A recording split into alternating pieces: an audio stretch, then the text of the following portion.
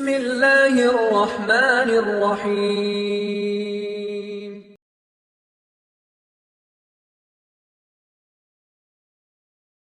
أيأكل لحم أخيه ميتا ஒருவரை பற்றி புறம் பேசாதே. உன் சகோதரனின் மாமிசத்தை அறுத்து சாப்பிட விரும்புவாயா? வெறுக்க மாட்டாய்? எவ்வளவு கடுமையோடு இறைவன் பேசுகிறான் பாருங்கள். வெறுக்க மாட்டாய்? அப்படி இருக்கும்போது உன் சகோதரனை பற்றி ஏன் புறம் பேசுகிறாய்? புறம் என்றால் என்ன? முஹம்மது நபி இடத்திலே கேட்கப்பட்டது புறம் என்றால் என்ன? அவன் இல்லாத நேரத்திலே அவனை பற்றி பேசுதல், அவன் வெறுக்கக்கூடிய செயலை. முஹம்மது நபியே அவன் செய்த செயலை பேசுவதில் என்ன தவறு இருக்கிறது? முஹம்மது நபி சொன்னார்கள், அவன் செய்த செயலை அவன் இல்லாத நேரத்திலே பேசுவதுதான் புறம். இதைத்தான் குர்ஆன் சொல்லுகிறது. இறைவன் சொல்லுகிறான், உன் சகோதரனின் மாமிசத்தை சாப்பிடுவதற்கு சமம்.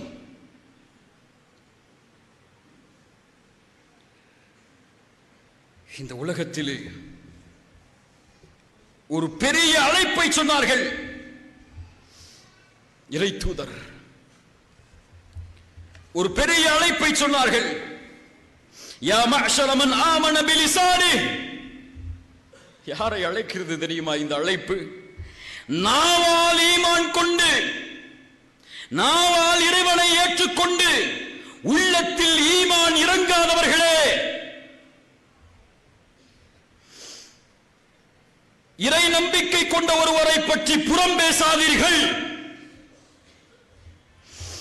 அவர்களுடைய குறைகளை தேடி திரியாதீர்கள். யார் ஒரு சகோதரனின் குறையை தேடி திரிவானோ இறைவன் அவனுடைய குறையை தேடி திரிவான். அவன் குடும்பத்தார்கள் மத்தியிலேயே இருக்கும் நிலையில் அதை வெளியே கொண்டு வருவான். இறை நம்பிக்கை கொண்டவர்களை அழைத்து சொல்லவில்லை. இப்படி செய்பவர்கள் நிஃபாக்கை உடையவர்கள், முனாஃபிக்குகள், பாவிகள். அப்படி ஈமான் உள்ளத்திலே இறங்காமல் நாவில் மொழியக்கூடியவர்களே, பிறரை பற்றி புறம் பேசாதீர்கள். பிறருடைய குறைகளை துருவி திரியாதீர்கள்.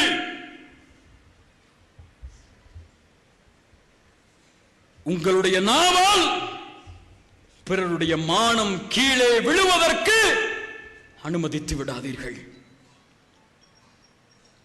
ஒன்றை சொல்லவா? கஅபா புனிதமானதா இல்லையா? புனிதமானதா இல்லையா? கஅபாவை ஒருவர் சேதப்படுத்துவதை எப்படி பார்ப்போம்? எப்படி பார்ப்போம்? எப்படி பார்ப்போம்? உயிரை இழந்தாவது அதை பாதுகாப்போம். ரசூலுல்லாஹ் முஹம்மது நபி ஒரு முறை தவாஃப் செய்யும் போது கஅபாவை பார்த்து சொன்னார்கள், நீ சுத்தமானவன், உன் நறுமணம் எவ்வளவு உயர்வானது, உன் கண்ணியம் எவ்வளவு உயரமானது. இந்த முஹம்மதின் உயிர் யாரின் கரத்தின் மீது இருக்கிறதோ அவன் மீது சத்தியமிட்டு சொல்கிறேன், உன் கண்ணியத்தை விட இறை நம்பிக்கை கொண்ட ஒரு முஃமினுடைய கண்ணியம் மேலானது. அறிஞர்கள் சொல்லுவார்கள், கஅபாவை ஒரு மனிதன் சேதப்படுத்துவதை விட மோசமான பாவம் ஒரு முஃமினுடைய கண்ணியத்தை பாழாக்குவது.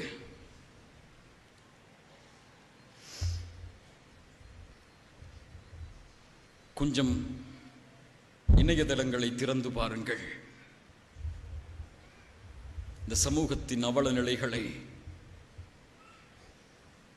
எங்கு பார்த்தாலும், யாரை பார்த்தாலும் தன்னை சீர்படுத்தாதவர்கள் பிறரை சீர்படுத்த வேண்டும் என்பதற்காக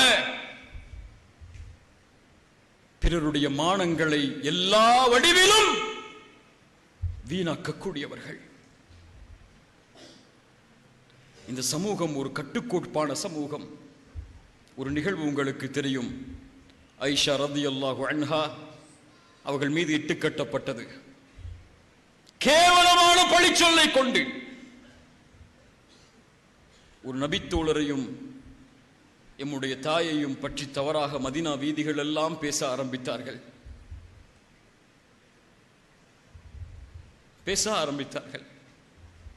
பார்ப்பவர்கள் பார்க்காதவர்கள், கேட்பவர்கள் கேட்காதவர்கள் என எல்லோரும் பேசினார்கள்.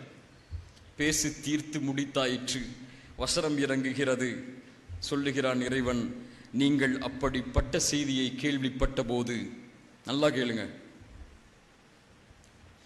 இறை நம்பிக்கை கொண்ட ஆண்களும் பெண்களும் சொல்லி இருக்க வேண்டாமா, நினைத்திருக்க வேண்டாமா, தங்களுக்கு தாங்களே நலவை,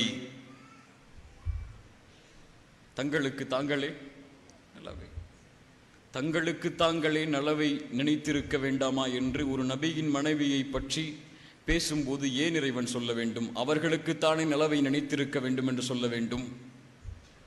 தங்களுக்கு தாங்களே நலவை அமைத்துக் கொள்ள வேண்டாமா என்று இறைவன் சொல்லுவதுடைய அடிப்படை, இந்த சமூகத்தின் ஒருவருடைய மானத்தை இழப்பது, கீழே கொண்டு வருவது ஒட்டுமொத்த சமூகத்தையும் களங்கப்படுத்துவதற்கு சமம். ஒருவருடைய மானத்தை அழிப்பது சமூகத்தின் மானத்தை அழிப்பதற்கு சமம்.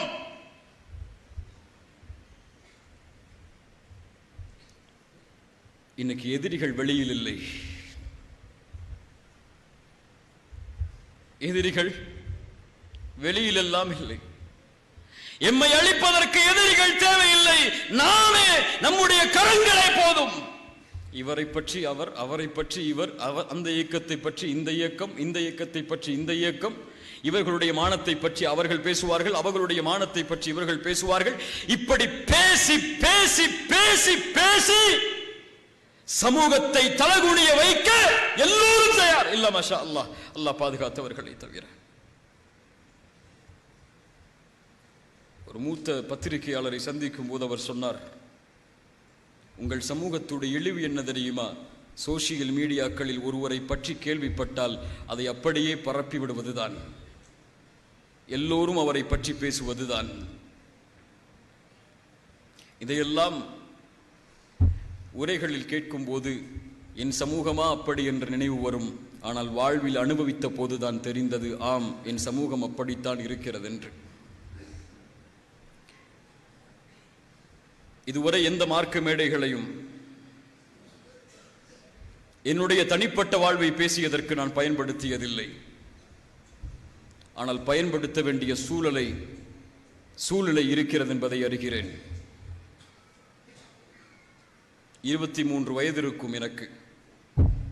இந்த அழைப்பு பணியில் நுழையும் போது சிறிய பிள்ளை ஒரு அரபி ஆடையை அணிந்து கொண்டு மக்களுக்கு என்னால் முடிந்த செய்திகளை எடுத்துரைப்பதற்காக களங்களை எதிர்பார்த்து, இறைவனின் உதவி எதிர்பார்த்த காலம். கிடைக்கும் இடமெல்லாம், ஊர்களில் எல்லாம் மார்க்க பிரச்சாரத்திற்காக செல்வேன். எந்த ஒரு தனிப்பட்ட இயக்கத்தையும் ஆதரித்ததில்லை, எந்த ஒரு தனிப்பட்ட இயக்கத்தையும் தாழ்த்தியதில்லை, எந்த ஒரு தனிப்பட்ட மேடைக்காகவும் எதையும் நான் கூறியதில்லை, பயன்படுத்தியதில்லை. இப்படியே சென்று கொண்டிருந்த அழைப்பு பணியில் 2 ஆண்டுகள் என் வாழ்வில் ஏற்பட்ட சில மாற்றங்கள், சில தாமதம். அந்த 2 ஆண்டுகளில் என்னை குறித்து பேசப்பட்ட நிகழ்வுகளை பார்த்தால் போதும் என் சமூகத்துடைய நிலைமை எம்மால் உணர முடிகிறது. எதிலும் விமர்சனம், எதற்காகவும் விமர்சனம்.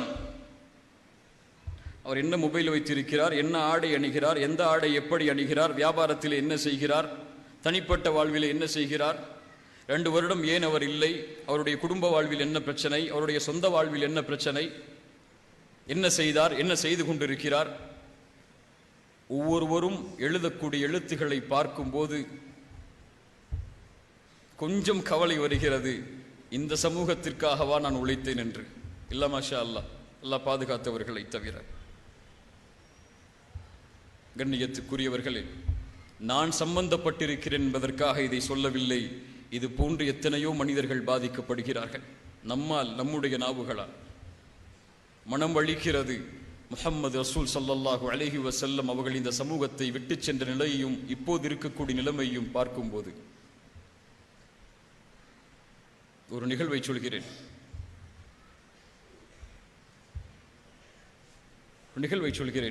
அதற்கு முன்னால் இது போன்ற விமர்சனங்கள் யாரால் பேசப்பட்டதோ, என் தனிப்பட்ட வாழ்வை பற்றி, என் வாழ்வில் இருக்கக்கூடிய பிரச்சனைகளை பற்றி, அவர்கள் யாராக இருந்தாலும் என் மீது நல்லெண்ணம் கொண்டு இதுவரை அதிலிருந்து விலகி இருந்தவர்களுக்கு அல்லாஹ் அருள் செய்வானாக. அதிலே மூழ்கி அதில் பரப்பக்கூடிய காரியத்தில் ஈடுபட்டு பிறருக்கும் சந்தேகத்தை ஏற்படுத்தக்கூடிய நிகழ்வில் ஈடுபட்டவர்களை அல்லாஹ் மன்னிப்பானாக.